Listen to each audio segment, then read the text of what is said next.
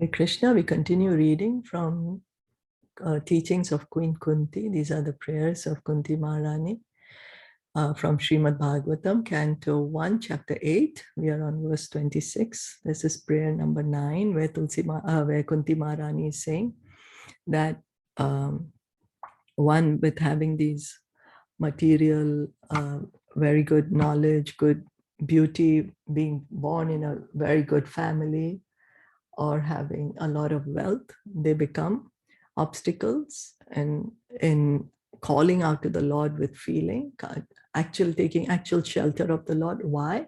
These things in of itself are not bad. It's just we get intoxicated by them. We start becoming proud with them. And the reason Prabhupada is saying we shouldn't get proud because we have them only till the time we are in the body.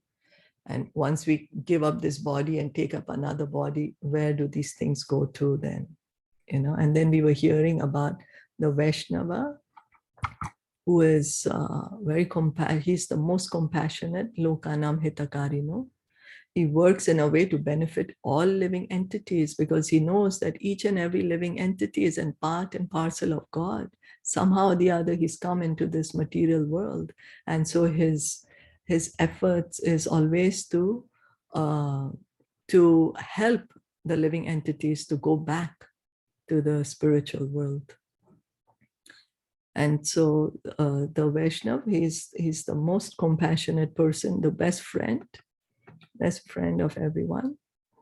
Vaishnav means a devotee of Lord Vishnu. Actually, each and every living entity is originally a Vaishnav, originally a devotee of Lord Vishnu, because each and every living entity is originally Krishna conscious.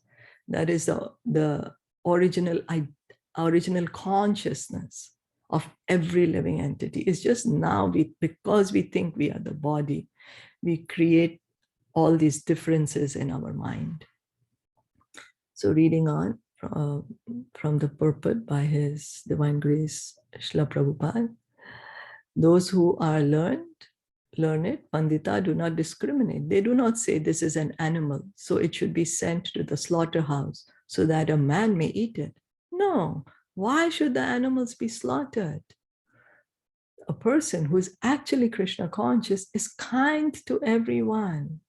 Therefore, one tenet of our philosophy is no meat eating. Of course, people may not accept this. They will say, oh, what is this nonsense? Meat is our food. Why should we not eat it? Because they are intoxicated rascals. Edamana madaha. They will not hear the real facts. But just consider, if a poor man is lying helpless in the street, can I kill him? Will the state excuse me? I may say, I have only killed a poor man. There was no need for him in society. Why should a person live? But will the state excuse me? Will the authorities say, you have done very nice work?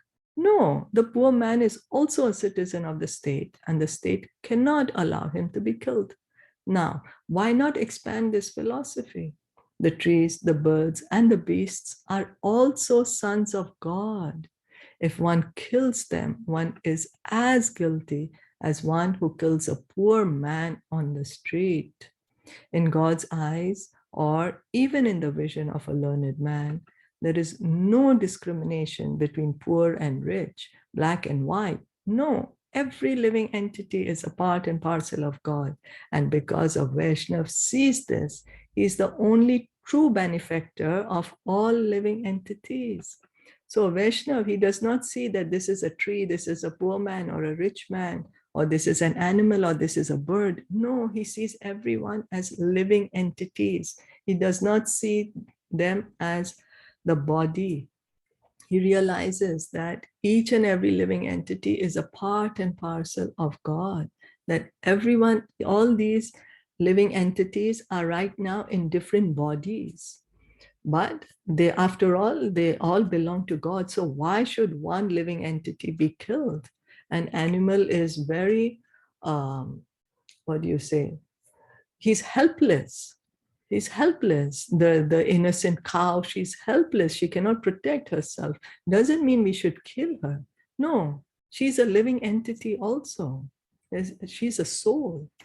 Just in the body of a cow right now, if the same soul was in the body of a man, Would we kill the man? That's what Prabhupada is saying. No, we wouldn't, because the state would put us in jail. But why not? The same rule should apply even for animals and birds and trees, because they're all living entities, and that's how the Vaishnav sees them. And that's why he's the only true benefactor of all living entities. All living entities. A Vaishnav tries to elevate all living beings to a platform of Krishna consciousness. A Vaishnav does not see, here is an Indian and there is an American. Someone once asked me, why have you come to America? But why should I not come? I'm a servant of God, and this is the kingdom of God. So why should I not come? To hinder the movements of a devotee is artificial, and one who does so commits a sinful act.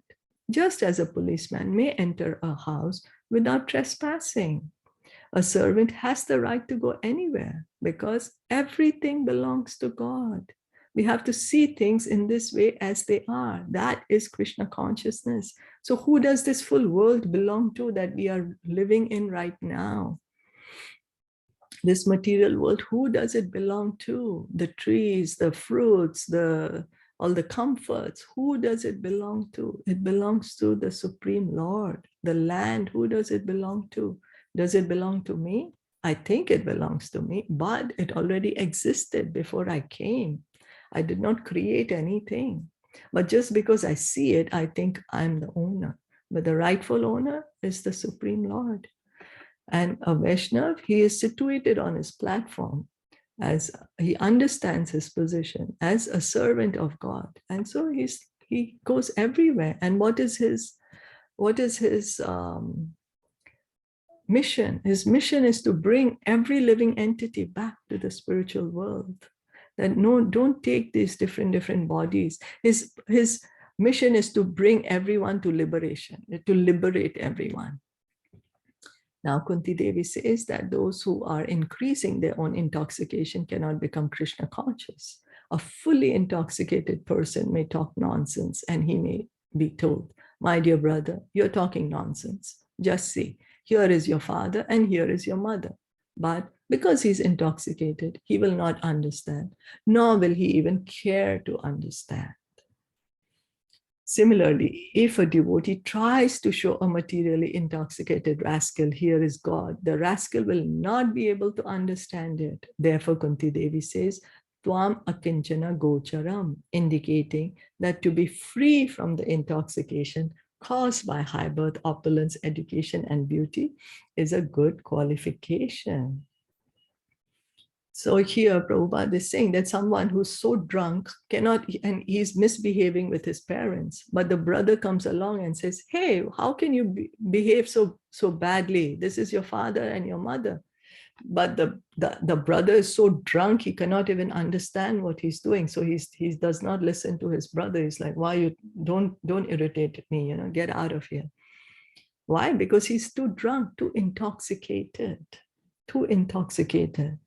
So nonetheless, when one becomes Krishna conscious, these same material assets can be used for the service of Krishna. So instead of getting intoxicated that I'm so rich, or I have a beautiful family, or I have a good opulence or education, then use it in the service of Krishna. For example, the Americans who have joined the Krishna consciousness movement were materially intoxicated before they became devotees. But now that the intoxication is over, their material assets have become spiritual assets that maybe help in furthering the service of Krishna.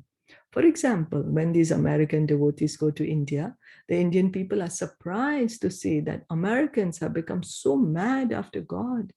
Many Indians strive to imitate the materialistic life of the West, but when they see the Americans dancing in Krishna consciousness, then they realize that this is what is actually worthy of being followed. So Prabhupada is saying how the disciples at that time, because that time the Krishna consciousness movement was not yet in India,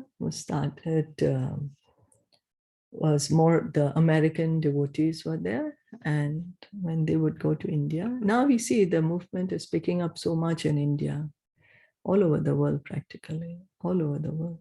So the idea is everything can be used in the service of Krishna. If one remains intoxicated and does not use one's material assets for the service of Krishna, they are not very valuable.